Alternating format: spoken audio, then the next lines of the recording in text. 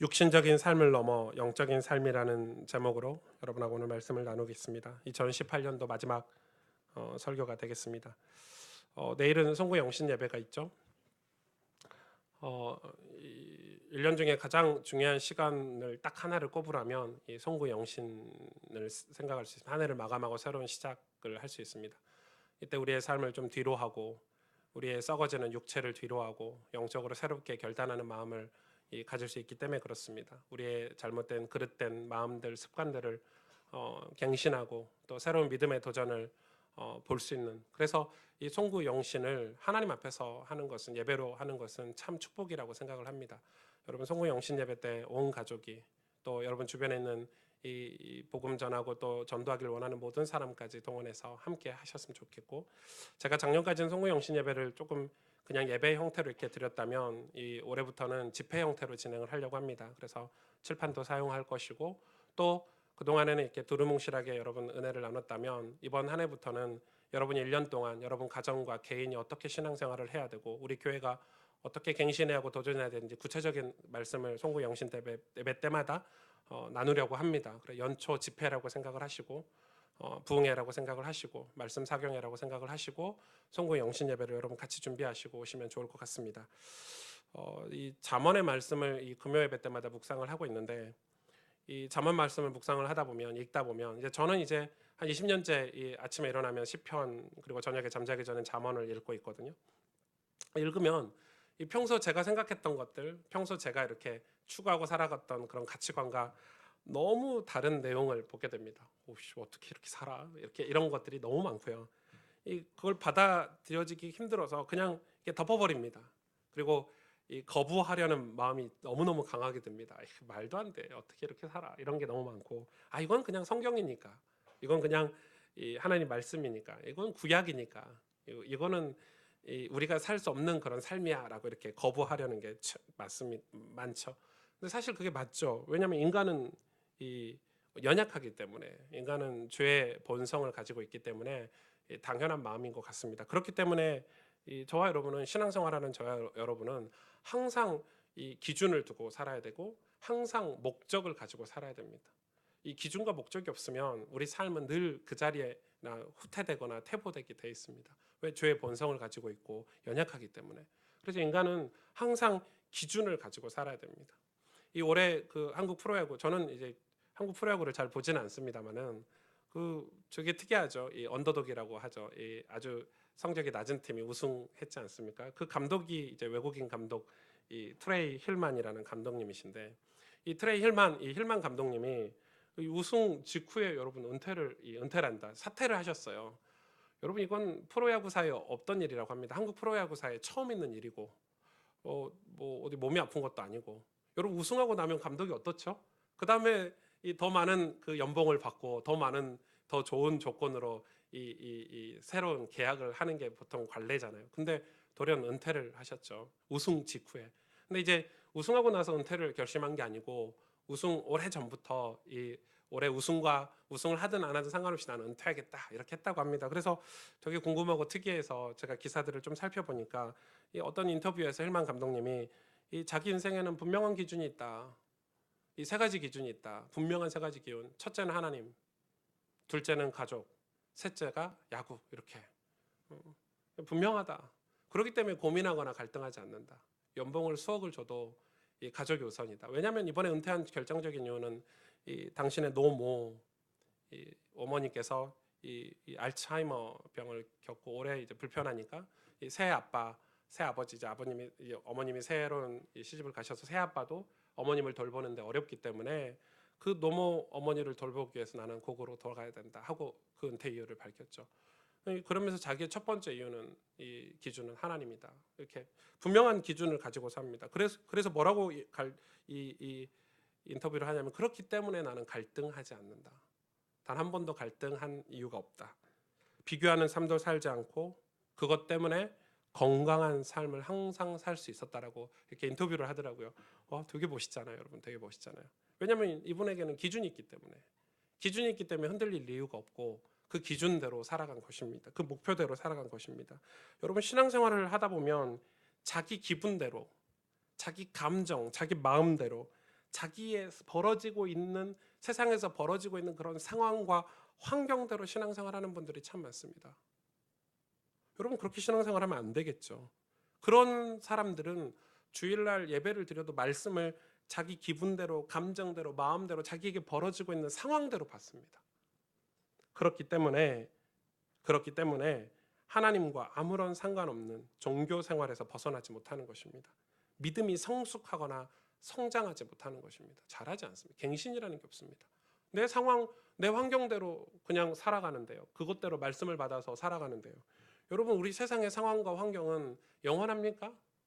세상에 주는 우리에게 주는 그런 상황과 환경이 여러분 그게 우리 하나님 나라의 가치관이고 기준입니까? 아니잖아요. 그런데 그렇게 사는 거예요. 그런데 사실 들여다보면 뭐가 있죠? 하나님보다 자기가 더 잘났다고 하는 교만이 그 밑에 자리 잡고 있는 것입니다. 하나님보다 내가 더 잘났어. 내 판단이 더 똑똑해. 내가 생각하는 게 맞아. 이게 자리 잡고 있기 때문에 여러분 첫째가 자기 자신이 되는 거죠. 하나님이 아니라. 그러니까 늘 이 말씀은 들었지만 선택을 할 때는 내 선택을 하는 거예요. 이 프레이 힐만 감독처럼 선택이 하나님이에요. 가족이고 야구는 3순위라는 거예요. 그래서 선택에 갈등이 없는데 우리는 선택할 때마다 갈등하죠. 왜요? 내가 중심이니까, 내가 주인이니까, 내가 첫 번째니까. 진짜 부끄럽지만 제가 너무 부끄러운데 우리 교회 청년들의 도움으로 이 가스펠 편지 제가 묵상한 글들을 엮어서 말씀의 깊은 곳으로란 책을 선물로 받았습니다.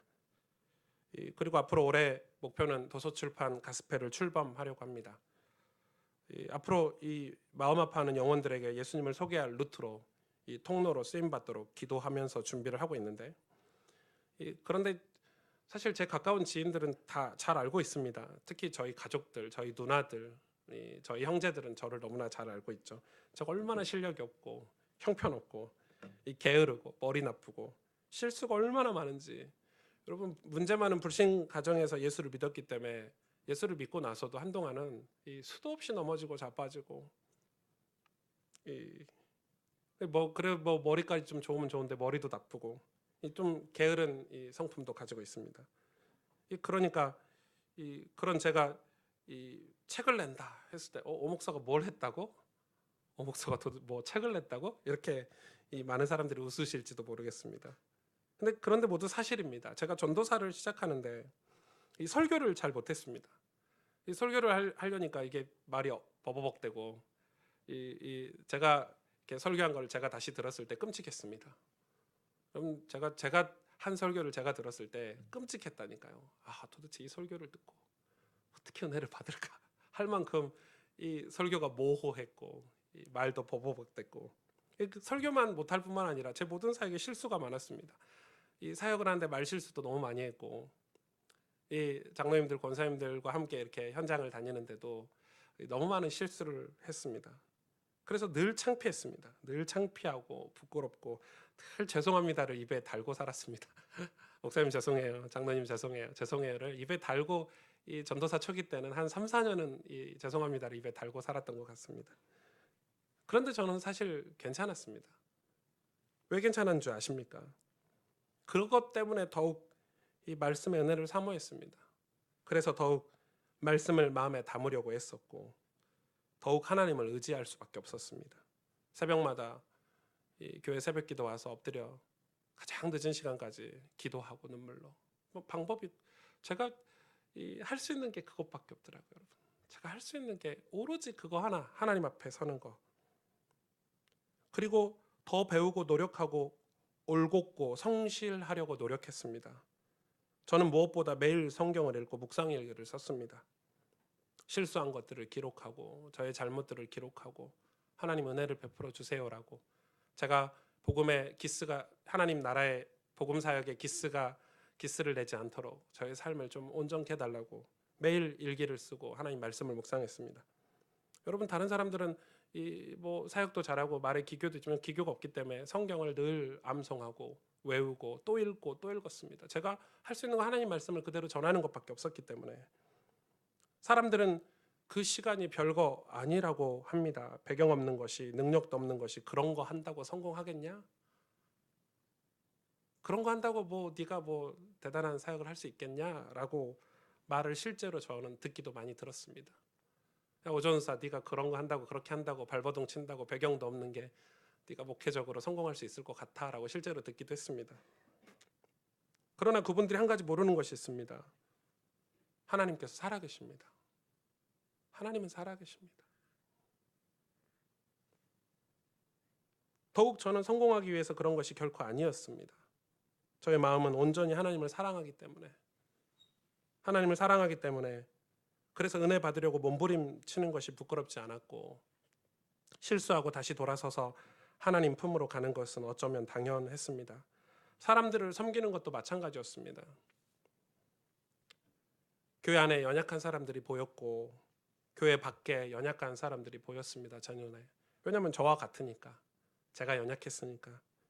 그래서 아무도 연약한 사람들에게 손 내밀어 주지 않고 아무도 가난하고 병든 마음이 힘든 우리 성도들을 향해서 손 내밀어 주지 않을 때 저는 그분들을 조금 도와주고 섬기려고 애썼습니다.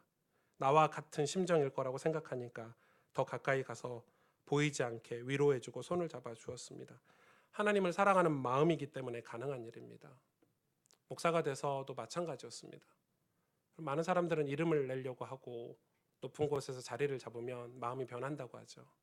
삶도 변하고 어깨에 힘이 들어가고 눈에 힘이 들어가고 남을 지배하려고 하고 여러분 하나님은 우리에게 한결같은 신앙의 길을 가기를 원하십니다.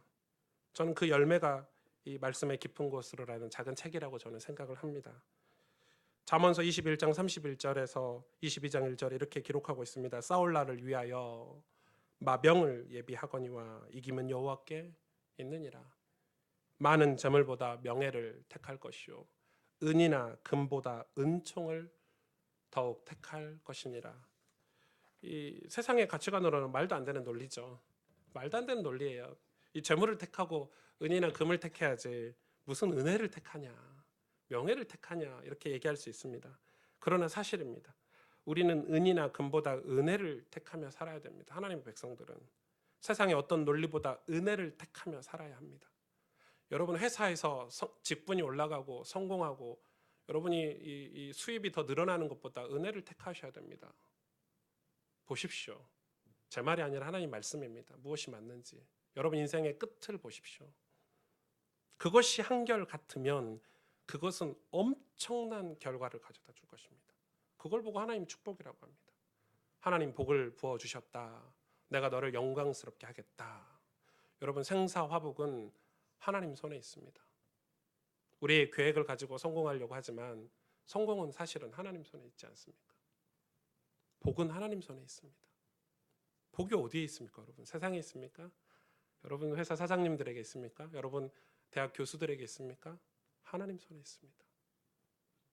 오늘 이 노아의 이야기가 너무 오랫동안 돼서 지겨우실 텐데 오늘 노아의 막바지 이야기입니다. 이 노아의 얘기를 우리 거의 마무리 단계, 진짜 이 마지막에 노아의 방주에서 나온 노아의 가족들을 두고 하나님은 이런 메시지를 저와 여러분에게 주십니다. 신앙은 은혜를 따라 사는 것이다. 첫 번째 보니까 육신을 따라 살지 말라고 하십니다. 창세기 9장 3절에서 7절을 같이 읽겠습니다. 모든 산 동물은 너희의 먹을 것이 될지라 채소같이 내가 이것을 다 너희에게 주노라. 그러나 고기를 그 생명되는 피째 먹지 말 것이니라. 내가 반드시 너희의 피 곧 너희의 생명의 피를 찾으리니 짐승이면 그 짐승에게서 사람이나 사람의 형제면 그에게서 그의 생명을 찾으리라. 다른 사람의 피를 흘리면 그 사람의 피도 흘릴 것이니 이는 하나님이 자기 형상대로 사람을 지으셨음이니라. 너희는 생육하고 번성하며 땅에 가득하여 그 중에서 번성하라 하셨더라. 오늘 이 언약에 관한 말씀을 하시면서 다시 창세기 1장에 이 하나님 창세기 2장 1, 2장에 하나님 백성 하나님 형상대로 창조한 하나님 사람들에게 축복하셨던 그 명령을 다시 이 노아에게 해주시죠. 그럴 수밖에 없는 게 새로운 창조가 다시 시작됐잖아요. 노아의 방주 이후로 새로운 삶이 시작이 됐기 때문에 그 말씀을 다시 하나님의 백성들에게 주시는 것입니다. 그러면서 중요한 한 가지 지켜야 될 걸 약속을 하십니다. 그게 뭐냐면 동물을 다 먹되 피채 살아있을 때 그 피채 먹지 말라고 하십니다. 이거는 우리가 동물이 살아있는데 이 목숨이 붙어있는데 이 동물의 고기를 먹는다든지 그 피를 마신다든지 이거는 율법적으로도 중요한 의미가 있습니다. 영적으로도 중요한 해석을 할 수 있습니다. 짐승 얘기를 하면서 근데 그냥 짐승 그 살아있는 짐승의 피를 마시지 말라로 끝나는 게 아니라 뭐까지 연결하고 있죠? 사람의 피까지 연결을 하고 있습니다. 사람의 피. 사람의 피까지 연결을 하고 있죠. 이게 뭘 뜻합니까, 여러분? 이게 뭘 뜻합니까? 이 살인자들 제가 뭐 이렇게 책을 보니까 살인자들의 심리라는 그런 책을 보니까 이 살인자들이 처음에는 사람을 죽이려고 하지 않는다고 합니다. 근데 이런 사람들이 어떤 피만 보면 흥분이요. 여러분 세상에서 가장 짜릿한 쾌락이 사람을 죽이는 거라고 합니다. 여러분 그래서 살인자들이 살인을 멈출 수 없다고 하죠. 가장 짜릿하다고 합니다. 근데 원래 그런 사람들은 처음에 동물부터 학대를 한다고 하죠. 동물을 죽이고 학대하고. 여러분 동물을 함부로 학대하면 안 됩니다. 하나님의 피조물이지 않습니까? 우리가 동물을 먹는 데는 감사한 마음으로 먹어야 되지만 먹을 수 있다고 하지만 학대하는 것은 조금 다른 얘기입니다. 그걸 학대하면서 느끼는 쾌감, 그걸 하다가 만족하지 못해서 사람을 학대하고 거기서 쾌감을 느끼는 것입니다. 여러분 사람을 폭력하는 사람들 있죠. 이렇게 막 습관적으로 부인을 때리고 자녀들을 때리고 손찌검하고 그거 다 쾌감 느끼는 거, 자기 이익을 위해서 그렇게 하는 것입니다. 자녀를 위해서 때린다고 생각하지 마십시오. 자녀를 노엽게 하지 말라고 했습니다. 학대하지 마십시오. 부부간에 절대 손찌검하지 마십시오. 옳지 않습니다. 성경이 금지하고 있습니다. 그건 죄입니다. 다시 한번 말씀드리지만 옳지 않습니다. 아무리 감정이 격해져도 손찌검하지 마십시오. 그건 옳지 않습니다. 그런 사람들이 이야기합니다. 나는 괜찮아. 나는 절대 그렇지 않아. 그런데 여러분 아시죠? 자기가 가장 잘하고 있다고 생각하는 그것에서 실패하고 넘어지는 게 인간입니다. 왜요? 내가 제일 잘하고 있다라고 생각하는 심리가 뭡니까? 교만 아닙니까? 거기서 넘어지고 거기서 타락하고 거기서 유혹을 당합니다. 사업하는 사람들 그러잖아요. 도박하는 사람들도 그렇고 돈 한 번 따면요 자기가 제일 잘하는 줄 압니다. 계속 합니다. 나중에는 다 뺏깁니다. 완전 무너집니다. 왜? 기준이 없습니다. 삶의 기준이 없습니다. 사업의 기준이 없습니다. 흥청망청 살면서 쾌락을 즐기면서 그렇게 살다가 나중에는 완전 무너집니다. 무너지는 줄도 모릅니다. 여러분 그게 굉장히 중요합니다. 간사님 저 히터 다 꺼주실래요? 교회 히터를 좀 예배 시작하면 말씀 시작하면 다 꺼주시길 부탁드려요. 그런데 왜 그렇죠? 성경이 왜 이야기를 지금 기록하고 있죠? 인간이 죄인이라는 것입니다. 여러분 그걸 우리가 잊어서는 안 됩니다. 우린 죄인입니다. 그것을 구약 성경의 율법에서는 육신이라고 표현을 합니다. 죄인은 육신이라고 표현을 한 것입니다. 신약에 와서 예수님은 그 육신, 그 죄인을 마음이라고 표현을 하시는 것입니다. 육신과 마음은 하나입니다. 마음이 타락하면 육신도 타락하고 육신이 타락하면 마음도 타락합니다. 그래서 이 실상 육신이지만 실상은 마음입니다. 마음이 타락한 것입니다. 마음을 빼앗기면 육신도 따라가죠. 그래서 예수님이 신약에 와서 마음에 대해서 다시 말씀합니다. 마음으로 짓는 죄가 진짜 죄다라고 다시 설명하십니다. 왜냐하면 이 구약의 율법을 이 유대인들이 잘못 해석해서요. 육신만 죄를 안 지으면 돼. 육신만 거룩하면 돼 라고 해석을 하고 있기 때문에 예수님이 이 땅에 오셔서 그걸 뒤집으셨습니다. 마음으로 짓는 죄가 진짜 죄야. 마음으로 살인하고 마음으로 간음하고 다 죄야. 무슨 말입니까? 너희 다 죄인이야. 왜? 바리새인들이 우리는 육신이 죄 안 짓고 있어. 우린 죄인 아니야. 우린 거룩해. 우린 깨끗해 라고 이야기하고 있기 때문에. 근데 예수님이 와서 마음으로 짓는 죄가 진짜 죄다 이러니까 너희도 죄인이야. 여러분 죄인이 아닌 사람이 어디 있습니까? 바리새인이 그래서 예수님을 잡아 죽이려고 했습니다. 우리 죄인이 아닌데 죄인이라고 하니까 그것은 무슨 말입니까? 죄인이라는 증거죠. 그 말에 화가 나가지고 그 말에 기분이 나빠서 예수님을 죽이려고 했습니다. 온갖 모략과 온갖 술수를 괴계를 다 써서 예수님을 죽이려고 했지 않습니까? 육신을 좋아하면 안 됩니다, 여러분. 우리는 하나님의 형상대로 지음을 받았습니다. 무슨 말입니까? 하나님의 형상대로 지음받았다는 것은 구원받은 스페셜한 영적인 존재라는 의미도 있지만 하나님의 속성을 우리도 가지고 있다는 것입니다. 하나님의 속성이 무엇입니까? 공의와 사랑. 하나님이 우리에게 가르쳐 주신 당신의 속성은 공의와 사랑입니다. 이 공의와 사랑, 그것 때문에 우리가 분별할 수 있고 죄에서 벗어날 수 있고 영혼을 사랑할 수 있고 하나님을 사랑할 수 있는 마음이 우리에게 있는 것입니다. 그런데 죄는 그 공의와 사랑을 깨버립니다. 죄는 그 공의와 사랑을 끊임없이 공격해서 무너뜨리려고 하는 것입니다. 공의와 사랑을. 그래서 죄는 우리를 육신을 따라 살게 만듭니다. 자꾸 그렇게 가게 만듭니다. 우리 안에 죄가 있음을, 세상에 죄가 있음을 여러분 잊지 마시길 바랍니다. 하나님은 그것을 경계하라고 하십니다. 피채 먹는 것은 바로 욕심이고 죄의 번성을 뜻합니다. 왜 피채 먹지 말라고 하십니까? 욕심 그대로 살지 말라는 것입니다. 그대로. 피채 먹지 말라는 말은 세상 그대로, 죄의 본성 그대로 살지 말라는 것입니다. 너희가 거룩해지고 정결하게 되어 살라는 것입니다. 갱신해서 새로운 마음으로 살라는 것입니다. 그대로 살지 말라는 것입니다. 감정대로, 기분대로, 내 상황대로 살지 말라는 것입니다. 그걸 죄라고 합니다, 여러분. 여러분, 우린 그렇지 않습니다. 욕심 그대로 살지 말라는 것입니다. 돈 버는 것, 성공하는 것, 쾌락을 탐하는 것, 교만, 그게 바로 피채 먹는 것입니다. 그대로 살지 말라는 것입니다. 거기에 빠져버리면요, 뭐가 보이지 않죠? 피채 먹는 거에 빠져버리면 하나님이 보이지 않습니다. 사랑과 공의가 보이지 않는 것입니다. 그걸 지금 설명하고 계십니다. 그러면서 하나님께서 이 연약한 인간에게 언약을 맺습니다. 무지개 언약이죠. 창세기 9장 11절에서 13절을 같이 읽겠습니다. 시작. 내가 너희와 언약을 세우리니 다시는 모든 생물을 홍수로 멸하지 아니할 것이라. 땅을 멸할 홍수가 다시 있지 아니하리라.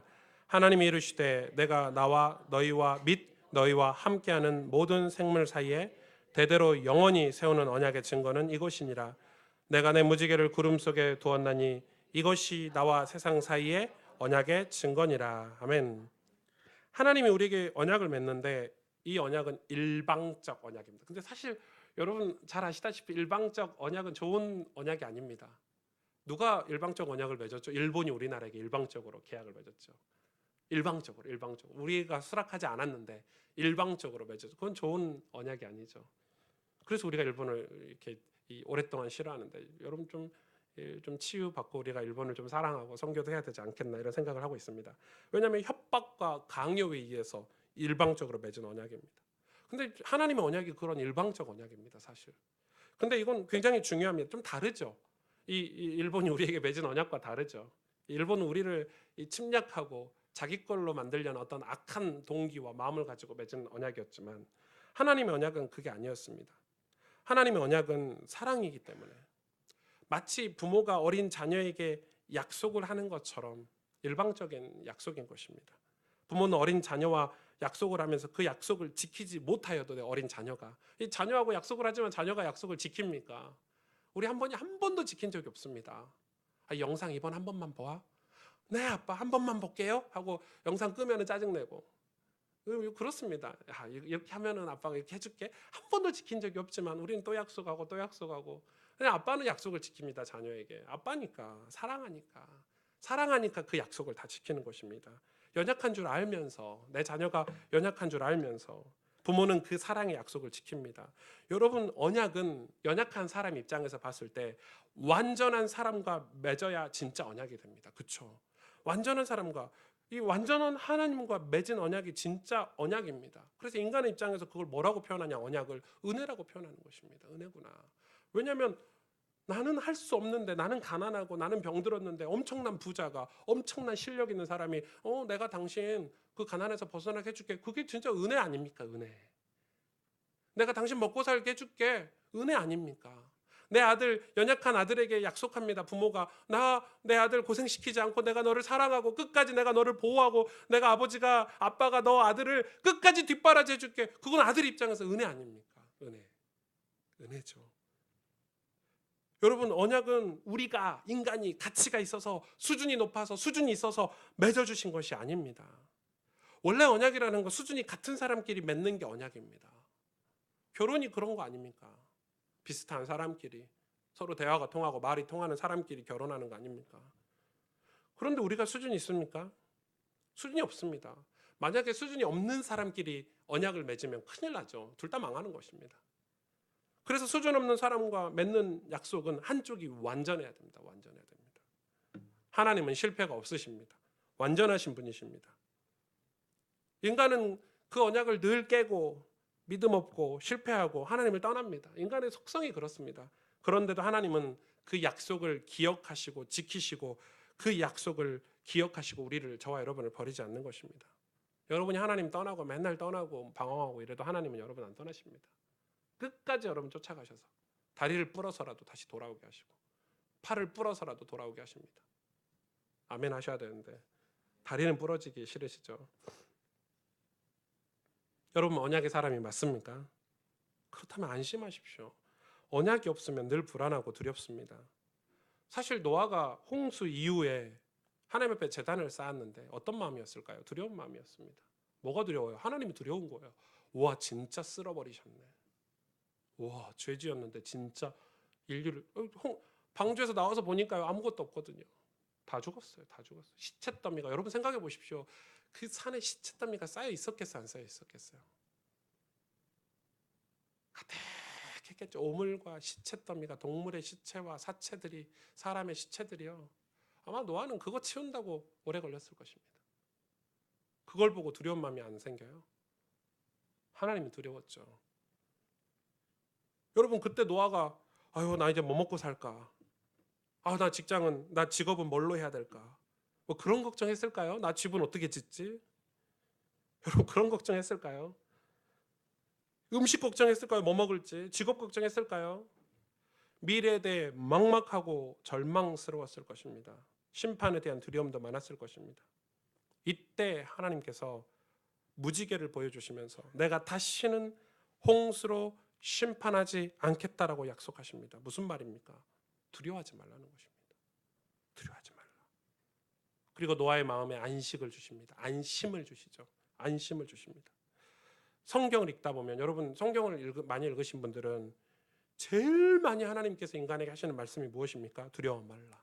내가 너와 함께 하겠다. 두려워 말라. 내니 두려워 말라. 너는 내 것이다. 염려하지 말라. 마음을 강하게 하라. 담대하라. 여호수아에게 그러지 않습니까? 너는 마음을 굳게 하고 담대하라. 내가 너와 함께 하겠다.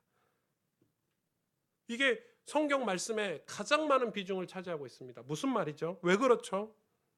왜냐하면 두려움은 마귀가 심는 씨앗이라고 성경에 기록되어 있습니다. 마귀가 심는 씨앗이 두려움입니다.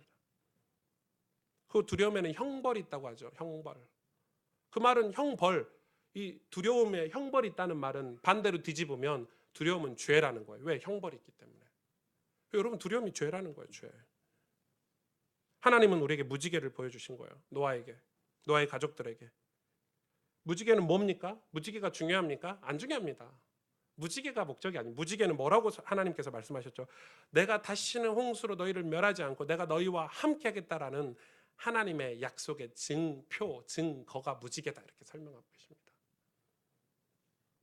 유대인들은 유월절, 이 유월절을 평생 지켰습니다. 유월절 잔치로. 이 애굽 땅에서 구원받아서 나온 그날을 기념하여서 평생 지켰습니다. 왜요? 그 유월절 잔치를 지키면서 자기의 증표를 삼았습니다. 하나님 우리와 함께 하시지. 우리는 구원받은 백성이지. 신약에 와서 증거가 무엇입니까? 하나님이 우리와 함께 하시고 우리를 사랑하시고 우리를 구원하시겠다는 증거가 무엇입니까? 진짜 증거가 십자가 아닙니까? 당신의 아들 예수 그리스도를 죽이시기까지 우리를 사랑하신 그 증거가 바로 십자가 아닙니까? 거기서 피 흘리시고 죽기까지 우리를 사랑하신 것입니다. 그래서 여러분 십자가는 우리의 증거입니다. 그래서 베드로 사도가 얘기했죠. 이 십자가가 내 안에 증거다. 여러분 우리 믿음의 증거는 무엇입니까? 우리가 구원받고 하나님의 백성인 증거가 무엇입니까? 십자가인 것입니다. 예수 그리스도의 십자가, 그 보혈의 은혜, 그 보혈의 피, 그게 우리의 증거입니다. 그걸 보라는 것입니다. 하나님께서 그 증거를 보실 때마다 그 약속을 기억하시겠다고 합니다. 내가 너와 함께하겠다. 그거는 우리 입장에서 증거가 되지만 하나님 입장에서도 그게 증거가 됩니다. 하나님이 그걸 보시고 저와 여러분을 또 사랑하시고 또 보호하시고 끝까지 내가 너와 함께하겠다라는 약속을 지키시겠다고 하십니다. 여러분 두려워하지 마십시오. 왜 두렵습니까? 형벌이 있기 때문에 두려운 것입니다. 우리가 형벌이 있는 삶을 살기 때문에 두려운 것입니다. 거기서 벗어나셔야 됩니다. 그래서 우리는 늘 증거를 바라봐야 됩니다. 우리의 진짜 무지개가 되신 예수 그리스도 그 십자가를 바라보면 우리 안에 두려움은 사라집니다. 그 보혈의 은혜를 바라보면 두려움을 극복하고 걱정도 사라지고 근심도 사라집니다. 여러분 예수 믿는 사람이 왜 세상에서 세상이 감당치 못하는 힘이 있고 능력이 있습니까? 근심 걱정이었기 때문에. 천국을 소망하는 사람이 예수님을 바라보는 사람이 왜 대단합니까? 어떤 질병, 고난, 아픔이 와도 두려워하지 않고 근심하지 않고 찬송하기 때문에 예수 믿는 사람이 세상에서 감당치 못한 사람이 되는 것입니다. 여러분 걱정하지 마십시오. 우리가 죽을 일이 있을 수 있습니다. 가난한 일이 벌어질 수 있습니다. 가정에 문제가 있을 수 있고 자녀 문제가 있을 수 있습니다. 큰 질병, 암 같은 거에 걸릴 수 있습니다. 두려워하지 마십시오. 예수님 말씀하셨습니다. 죽으면 다시 살 것이다. 우리는 부활이 있지 않습니까? 담대하라고 하십니다. 사탄은 그런데 우리에게 의심을 가져다 줍니다. 두려움을 심습니다. 씨앗으로. 방주 사건을 경험했음에도 또 불안합니다. 그때 하나님께서 무지개를 보고 회상하라고 하십니다. 회상. 우리는 이렇게 예배를 드리면서 이 송구영신 예배를 드리면서 하나님이 우리와 함께 하심을 우리의 구원의 축복을 늘 상기해야 됩니다. 여러분 두려워하지 마세요. 하나님의 백성들은 비전을 보고 꿈을 꾸고 사는 존재들입니다. 하나님 말씀을 통해서 주시는 그 언약을 붙잡고 사는 존재들입니다. 두려워하면요 우리 삶의 두려움의 영향, 이 두려움이 퍼지고 그 씨앗이 자라서 열매를 맺습니다. 두려움에 근심의 열매를 맺습니다. 죽을 것 같지만 죽을 일 없습니다. 저는 늘 죽을 것 같은 일을 많이 겪었지만 죽을 일 한 번도 없더라고요. 죽어봤자 천국 아닙니까? 실제로. 오늘 그런데 이상한 사건이 그 뒤에 등장을 합니다. 이 노아의 자녀들에 관한 사건인데요. 오늘 9장 20절에서 27절에 노아가 농사를 시작하여 포도나무를 심었더니 포도주를 마시고 취하여 그 장막 안에서 벌거 벗은지라.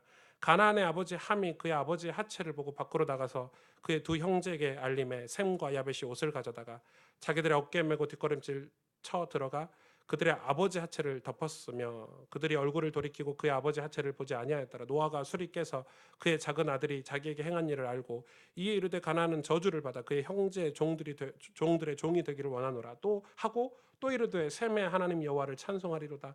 가나안은 셈의 종이 되고 하나님이 야벳을 창대하게 하사 셈의 장막에 거하게 하시고 가나안은 그의 종이 되게 하시기를 원하노라 하였더라. 이 본문은 다음 주에 한 번 더 설교를 하려고 하는데 이상한 사건이 등장합니다. 시간이 오래 지났습니다. 바로 벌어진 사건이 아니라 이제 자녀들이 장성하고 많은 사람들이 자녀들을 통해서 이 숫자, 개체수가 인구수가 많아지고 그리고 나서 이 노아가 선택한 이 먹고 사는 방법을 포도 농사로 이렇게 성경은 기록하고 있습니다. 포도 농사를 지었습니다. 그때 이 노아가 술에 취했다고 기록하고 있습니다. 이 단순히 술에 취한 게 아니죠. 술에 취할 수도 있잖아요. 그런데 옷을 벗었다고 합니다. 여러분 술 취하고 옷 벗는 게 왜 죄가 됩니까? 이 성경은 그거에 대해서 정확하게 기록하고 있지 않습니다. 그러나 이 문맥상 이 앞뒤를 살펴봤을 때 지금 이게 단순한 사건이 아닌 것입니다. 이 술 취하고 옷 벗은 사건이 아닌 것을 우리가 알 수 있죠. 이 자녀들의 태도를 보면 알 수 있죠. 노아가 큰 실수를 했다는 것을 알 수 있습니다. 단순한 사건이 아니라 자녀들이 볼 때 죄이고 허물이 되는 큰 사건이라고 볼 수 있는 것입니다. 여기서 한 가지 짚고 넘어가야 됩니다. 노아가 어떤 사람입니까? 당대 의인이고 존경받은 완전한 선지자였지 않습니까? 여러분 노아가 그런 사람이었습니다. 은혜를 힘입어서 이 홍수와 방주를 경험한 유일한 이 사람 아닙니까? 선지자였습니다. 그런데도 큰 죄를 짓습니다. 여러분, 이것은 우리에게도 해당되는 말씀입니다. 인간의 본질을 말하고 있기 때문에 그렇습니다. 삶의 안정이 올 때, 삶의 평안이 올 때, 그때가 가장 위험합니다. 인간은 어떤 도나 수양, 어떤 지위로 포장하고 살지만 그거 사실 다 우리의 도와 이 수양 지위는 다 가면 아닙니까? 가면. 죄를 포장하고 살지만 우리 내면에 죄는 항상 머무르고 있다는 사실을 기억하시길 바랍니다. 이 한빈이가 이제 4살이 됩니다. 요즘은 이제 화장실에 가면 지가 냄새나니까 지 코를 막고 응가를 하고 있는데 화장실 한빈이가 화장실 갔다 나와서 제가 들어가면 냄새나서 참을 수가 없습니다. 제 거보다 더 납니다. 어쩔 때는. 근데 여러분, 평상시에 냄새가 납니까? 평상시 한빈이에게서는 좋은 냄새만 납니다. 왜? 이 창자가, 이 살가죽이 오물을 감싸고 가리고 있기 때문에 냄새가 평상시에는 안 납니다. 그러면 우리 뱃속에 오물이 없습니까? 우리 뱃속에 오물이 있지 않습니까? 그게 밖으로 터져 났을 때 나는 게 냄새입니다. 죄가 밖으로 터져 나오는 것입니다. 죄는 항상 우리 안에 있습니다. 삶의 안녕이 있을 때, 삶의 평화가 있을 때, 먹고 살기 좋을 때, 그때 터지는 것입니다. 그래서 방심하지 말라는 교훈을 주시는 것입니다. 방종하지 말라고 교훈하시는 것입니다. 가만두면 죄는 교만을 만들어냅니다. 교만은 사망을 만듭니다. 특히 자신에게 익숙한 분야, 즉 자기 전공을 조심하십시오. 건강이든 그것이 직장이든 직분이든 말입니다. 꼭 그 분야에서 넘어지고 실패합니다. 내가 제일 잘한다고 생각하기 때문에, 그 교만 때문에, 그 교만한 사람은 사람을 지시하고 지배하려고 합니다. 결코 섬기려고 하지 않습니다. 그게 교만입니다. 여러분, 우리는 입조심해야 됩니다. 느낀 대로 말하지 않아야 됩니다. 느낀 대로 말하는 게 옳은 말이 아닙니다. 유명해지지 않기 위해 기도해야 합니다. 헌금도 헌신도 조용히 숨어서 하시길 바랍니다. 소문내지 마세요. 위험합니다. 시험 들기에 딱 좋습니다. 왜 그렇습니까? 제가 왜 이렇게 강하게 얘기합니까? 노아의 입장에서 봤다면 자녀 입장에서도 봐봐야 되겠죠. 함은 오늘 계속 2번에 걸쳐서 기록하고 있죠. 가나안의 아비. 가나안은 성적으로 타락한 부패한 상징적인 민족입니다. 가나안의 모든 신은 다 성과 관련된 신입니다. 여러분, 나중에 이 가나안에 대해서 공부할 기회가 있을 것입니다. 가나안이 섬기는 그들이 제사 드리는 신들이 난잡하고 다 성에 관한, 그 번영에 관한 이 신들입니다. 엄청나게 세상 말로 추잡스럽습니다. 그 가나안의 아비가 함입니다. 이 성적 부패 상징적 민족인 가나안, 놀랍죠. 근데 이 가나안에 예수님이 오셨어요. 신기하죠. 가나안에 예수님이 오셨다니까요. 그게 뭐 우리에게 의미하는 바가 크지 않습니까? 그렇기 때문에 단지 함은 아버지의 허물을 보고 왔다고만 볼 수는 없습니다.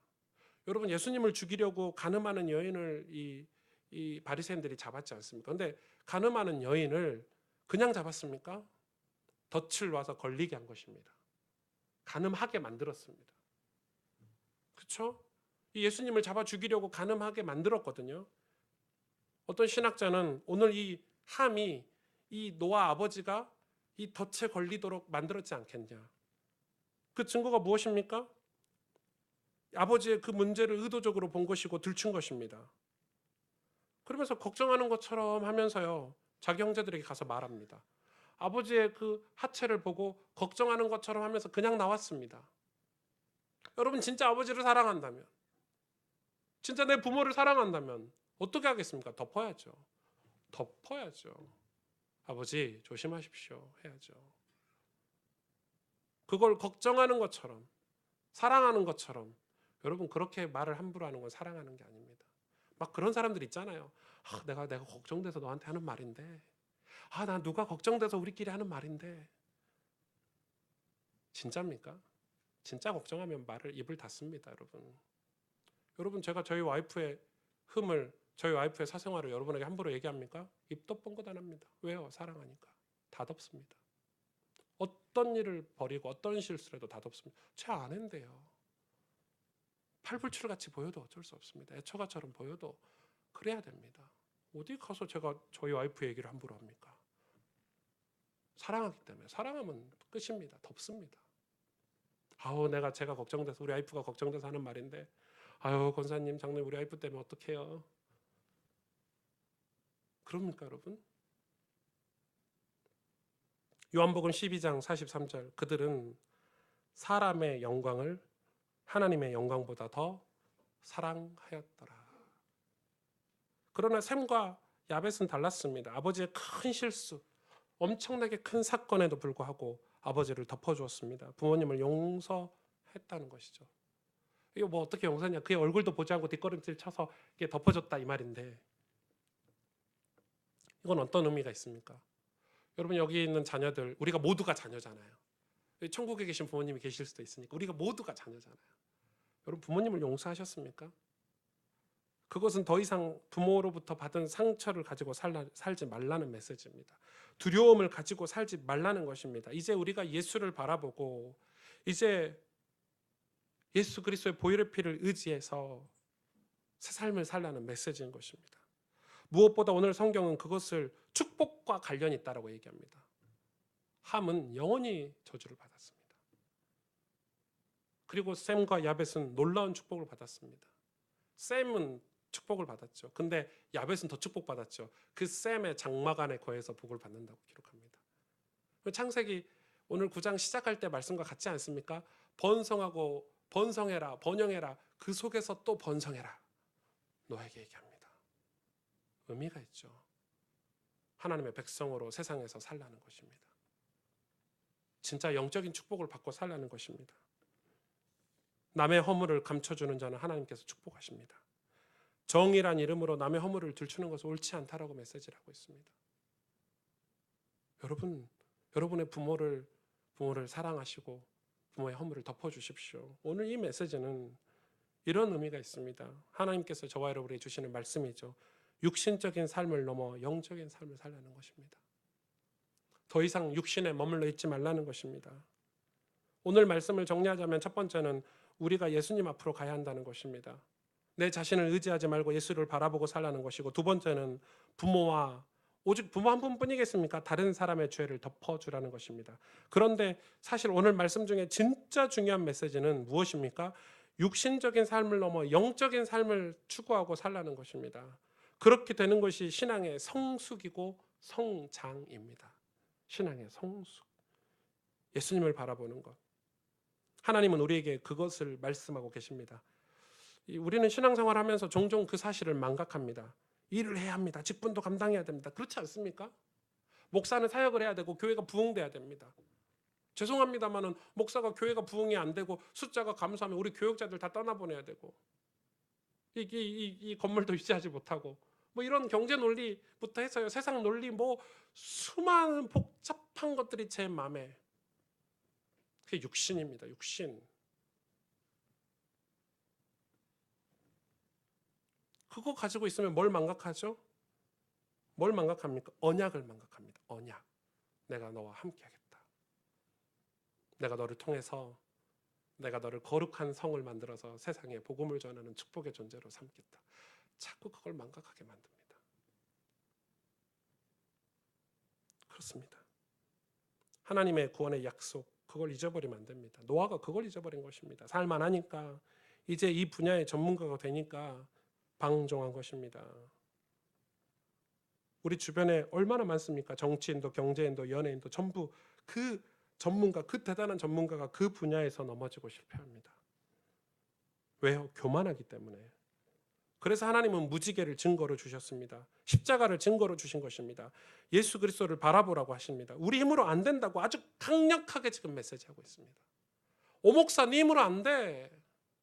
너 왜 전도사 때 예수 막 믿었을 때 그 순수하게 하나님을 의지했던 그 마음을 다 잃어버렸어. 네가 이제 목사 좀 되고 네가 좀 유명해지니까 네가 내 앞에 와서 엎드리지 않네. 이렇게 강력하게 메시지를 하는 것입니다. 교만하지 말거라. 교만하면 끝이다. 저는 우리 교육자들에게 늘 이야기합니다. 잘 못 알아듣습니다. 교육자들도. 제가 왜 그 말을 하는지를. 왜? 막 이제 신학교 가서 배우고 막 사역하면서 막 열매가 있으면요, 막 대단한 것처럼 느껴지거든요. 그래서 은혜 받아라 이야기하는데, 아, 목사님 교육자가 사역을 해야지 자꾸 은혜 받으라고 하면 됩니까? 아니야, 사역하지 말고 은혜 받아. 사역 안 해도 돼. 은혜 받아, 은혜 받아. 잘 못 알아먹습니다. 그래 막 뒤에 돌아다니면서 일하고 다닙니다. 예배 시간에 예배 안 드리고. 그런 교육자 널렸습니다. 전국 교회에. 이 말씀을 교육자가 기억을 못합니다. 마음에 담지를 못하니까. 육신적인 삶을 추구하고 살면 부모라도 살리지 못한다는 메시지죠. 육신적인 삶을 살고 있기 때문에 그 누구도 살릴 수가 없고 용서할 수 없고 긍휼을 베풀 수가 없는 것입니다.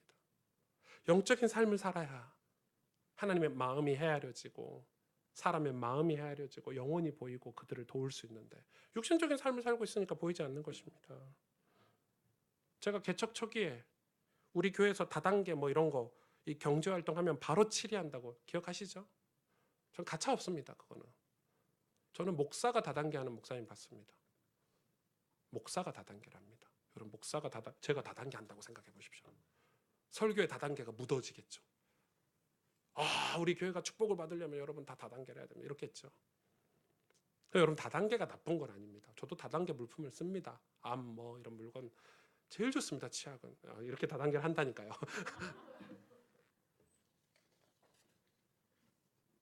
제가 그걸 얘기하는 게 아닙니다.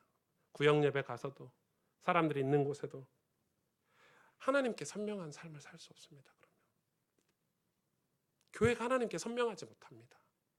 깨끗하지 못합니다. 깨끗하고 올바르게 하나님의 말씀을 듣지 못하고 보지 못하는 것입니다. 그게 단지 다단계입니까? 우리 안에 있는 상처 하나가 그렇게 만든다니까요. 우리 안에 있는 부모로부터 받은 상처, 어떤 욕심, 교만이 그렇게 만든다니까요. 그래서 부모님들은 자녀들을 노엽게 하지 말라고 성경이 명령하고 있습니다. 학교 폭력을 일으키는 일진들 조사해 보니까 제가 청소년 사역 때 하나같이 부모로부터 학대받은 사람들입니다. 그 학대를 받았기 때문에 부모에게 맞았기 때문에 다른 아이들을 꼬집고 때리는 것입니다. 훈계하지 말라는 말이 아닙니다. 학대하지 마시라는 말입니다. 폭력을 함부로 쓰지 말라는 말입니다. 우리의 상처, 그 상처가 그 피채 먹는 그게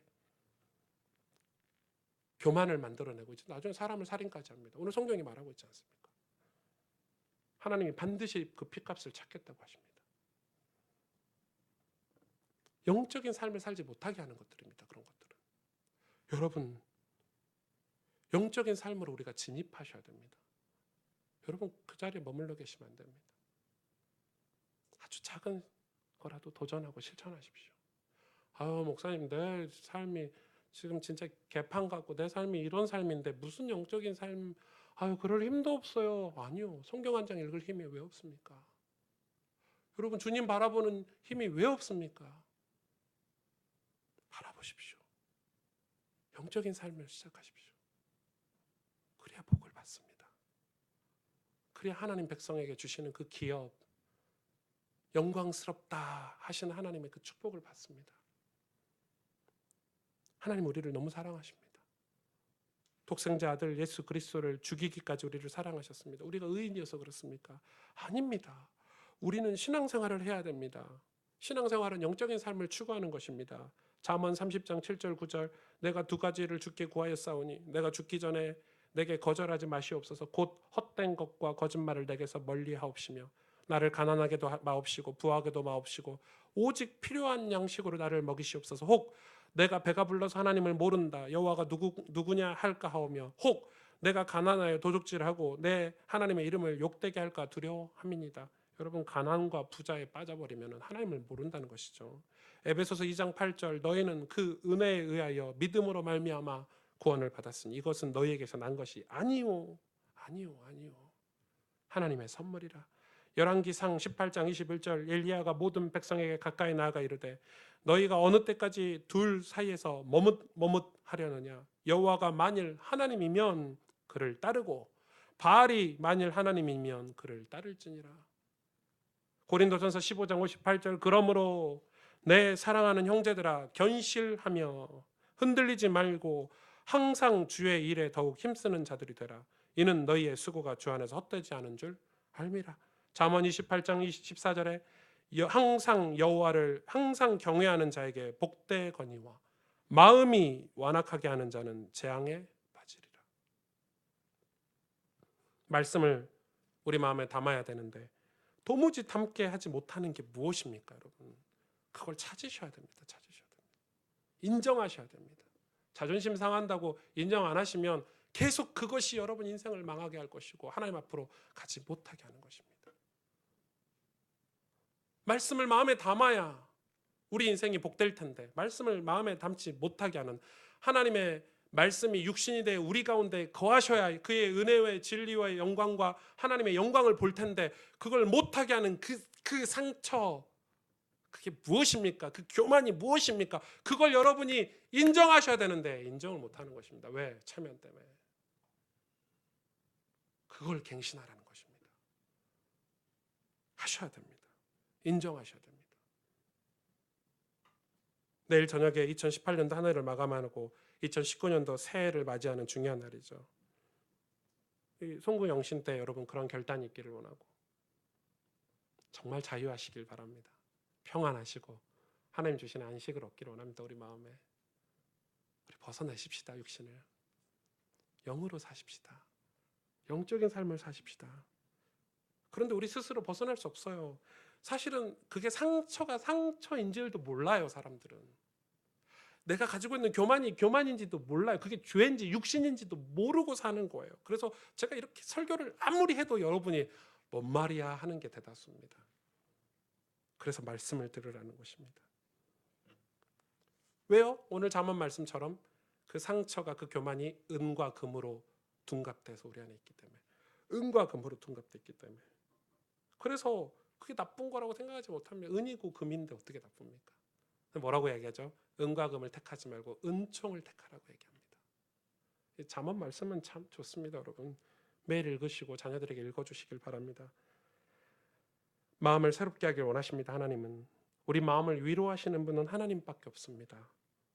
이렇게 아름다운 예배당에서 우리가 무엇 해야 됩니까? 여기 오셔서 갈등하시겠습니까? 두려워하시겠습니까?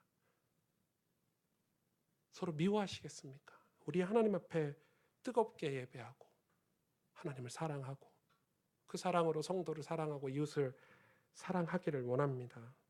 육신적인 삶을 넘어 영적인 삶으로 믿음의 도전을 하는 여러분 축복되고 귀한 한 주가 되기를 주님의 이름으로 축복합니다. 함께 기도하겠습니다.